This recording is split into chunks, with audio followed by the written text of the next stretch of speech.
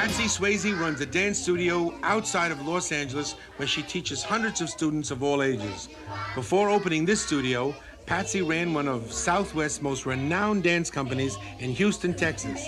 And she's been a choreographer for both theater and the movies. Despite her busy schedule, she still has time to make house calls, especially when her son Patrick and daughter-in-law Lisa want to brush up on some non-dirty dancing. We made it. I don't think it was easy to raise 5 kids, do you? No, not. It wasn't, but we had some fun times. I think you were a great mother. You know, spent a lot of years sleeping in theater seats instead of a bed, so I got a lot of cricks in my neck. Yeah. But I loved it. I loved every second of being in the theater and hanging out and growing up that being a way of life. It was nothing fancy. It was nothing. Yeah. We just had a real good down-home family, and I think our kids never gave us. And when you put broccoli on the table, I'd gag. Yeah, and I think that if it had not been that our kids were good kids, our job wouldn't have been so easy. We always were very proud, always proud of the kind of people you are. You were a pretty good mother. You couldn't cook for beans, but... I still can. I think as a kid, I always felt that you were harder on me than everybody else. I think you always do, you know, and I always did feel like I was competing for your love with your students. I know, but the thing is that I think when you're a teacher, your own children always think, you know, they hear you yelling at other students and they don't think anything about that. They think, well, that kid deserves that. But when you're yelling at you, it's like, that's my mother, she's not supposed to make me behave. In those teen years, you hate being embarrassed in front of other students or friends. But then still, the part of me that was your teacher knew what you had inside, and I had to, you know, bring that out. I was going to be a Southern gentleman if it killed you. That's why I was... Opening car doors for ladies and bringing flowers to mothers. You know, I found out later that a lot of people, like Lisa's mother, thought I was so corny, but she couldn't resist it.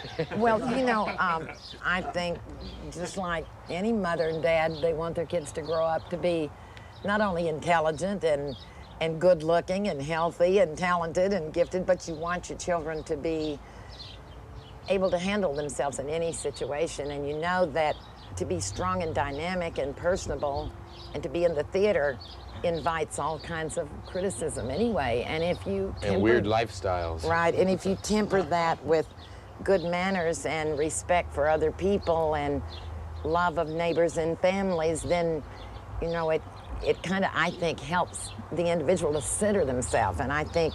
you know, that sounds a little idealistic, but I live my life by that now, too. No, and I think as far as being a student, you were never difficult until you got to that romantic age, like 16, 17, and 18, when you were doing the Prince and all the ballets, and if every pirouette didn't come off right, you were hitting that pole with your fist, and I kept screaming at you about, you know, not, you take it out on the dance floor, not on the walls and everything, but see, by that time, it's to the point where every girl in the studio's in love with the sons, and Patrick being the super stud in the dance company, he didn't like Mother calling him down in front of all those cute girls. So. But it was great having a mother as a dance teacher because you had a built-in dating service. I remember when you were trying to play the violin in the school orchestra, sing with the choir, do the lead in West Side Story in the school play, and play football too. And I was mad because you weren't scheduling time for your dance class, and I said, you're not going to football practice till you come to class, or you go to class and then to football practice, and you were trying to convince me the coach wouldn't go for that. He wouldn't. I mean, they didn't like it that because of the performances I was doing that they didn't get to shave my head. And that started the seniors off not liking me a whole lot. Well, I don't think you had to worry too much about the seniors not liking you. You had held the highest track record, and then when you won the swimming and diving competition, you were doing the lead in the plays, and you were running that. It was the first time that these guys got to see me do something. They began to realize that dance was helping you to provide you with the knowledge and the training and the expertise to do this well.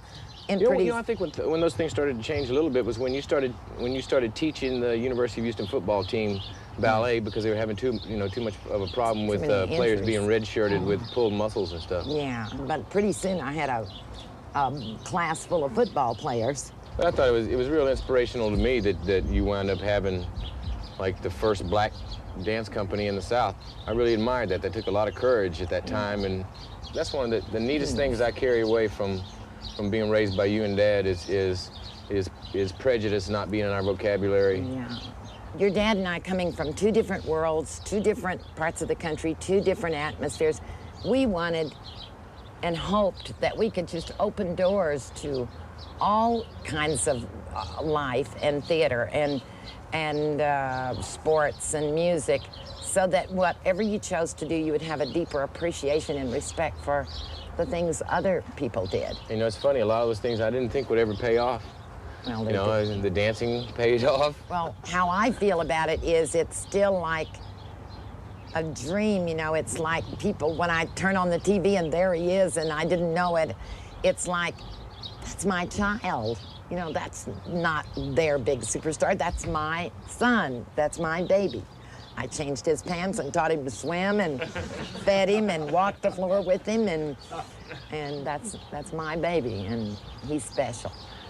I really, really do appreciate everything you gave me, and whether your love was intense or whether I felt you dealt with me in the right way all the time, I can't tell you how much I appreciate what you did, because you both gave all of us kids so many different opportunities and to believe in ourselves, and that you were always behind us. There's no moment I ever believed that you and Dad weren't behind us 100%. I would definitely like to wish you the happiest Mother's Day ever from me and Donnie and Vicky and Sean and Bambi and everybody. Okay. I love you.